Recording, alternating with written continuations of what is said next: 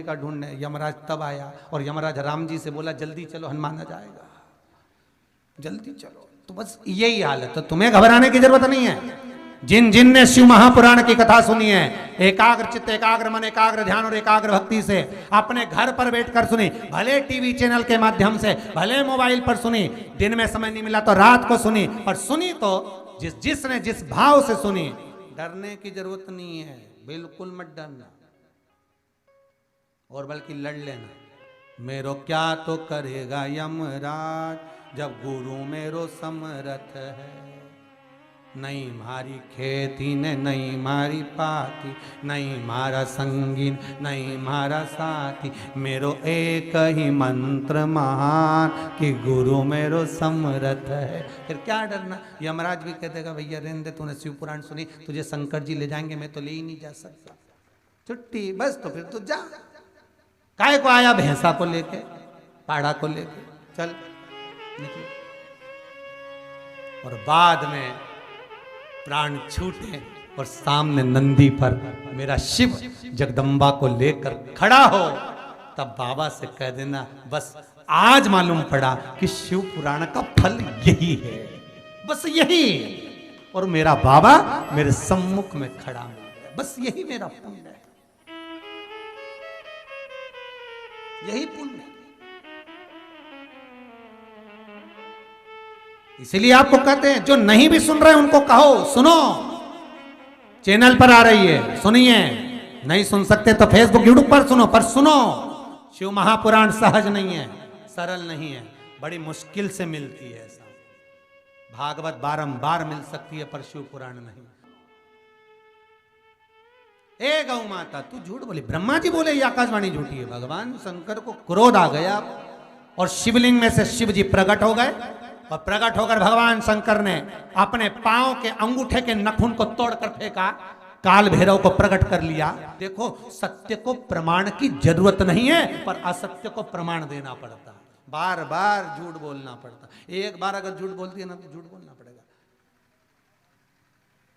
बोलना पड़ेगा। एक सासू जी से हमने ही पूछ लिया,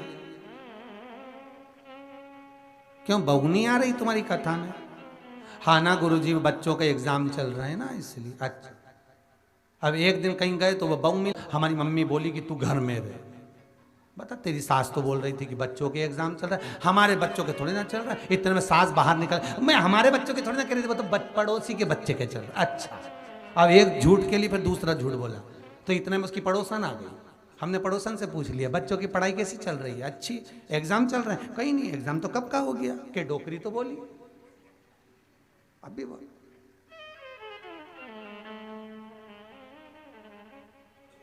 क्यों झूठ बोलो, सत्य बोलो।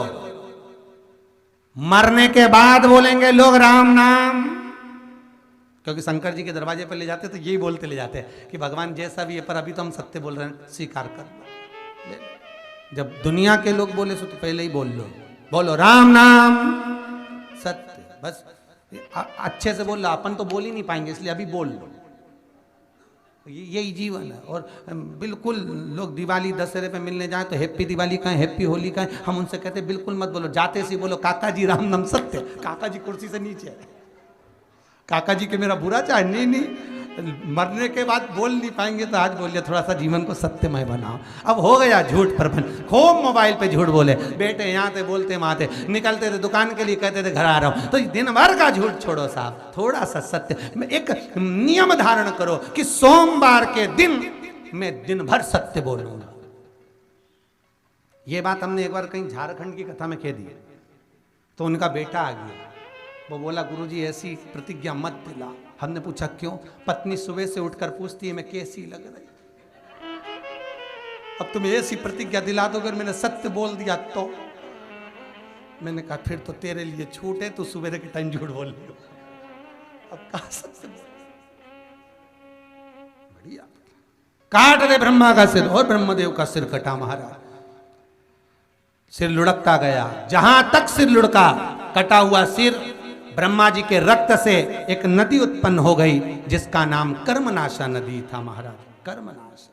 और वो नदी आज भी विराजमान है, जहाँ बड़े बड़े बोर्ड लगा रखे हैं कि इस नदी में हाथ ना धोएं, पांव ना धोएं, ये कर्म नाशा है, कर्मों का नाश कर देती है। इसलिए आज भी वहां पर लोग उस नदी का स्पर्श नहीं करते, शिव से जो वंचित रहे।